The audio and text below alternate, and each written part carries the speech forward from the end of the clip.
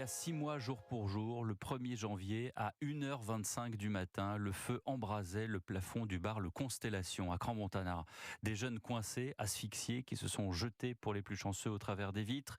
La plupart, malheureusement, sont restés pris au piège dans un sous-sol amputé de toute sortie de secours. 41 morts, 115 blessés, principalement des ados. La plus jeune avait 14 ans. Dans cette affaire qui a soulevé des manquements à tous les échelons, y compris dans la commune de Crans, plusieurs personnes ont été condamnées. Des élus ont dû démissionner. Les propriétaires du bar, les désormais tristement fameux époux Moretti, sont poursuivis par la justice suisse pour homicide par négligence.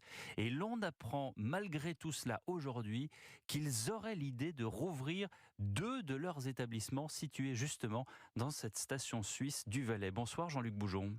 Bonsoir Pierre. Un souhait, un projet mené en toute discrétion.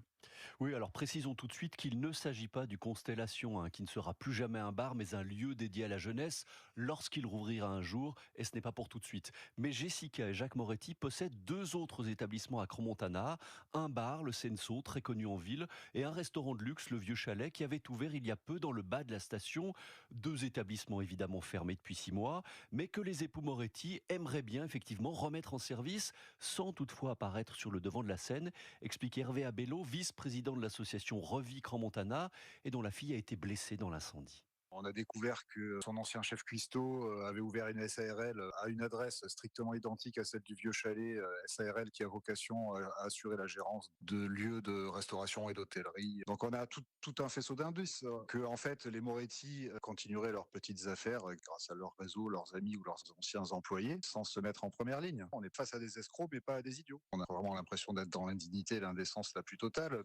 Des proches de victimes choqués aussi par l'attitude du canton du Valais dans ce dossier. Le canton qui affirme que s'il y avait une demande de réouverture d'établissement, elle serait examinée comme n'importe quelle autre demande. Nouvelle indignation des familles de victimes, partagée par 25 000 personnes qui ont déjà signé une pétition en ligne, pétition contre cette réouverture et qui appelle les propriétaires à la décence. Merci beaucoup Jean-Luc Boujon, correspondant d'Europe 1 en région Rhône-Alpes.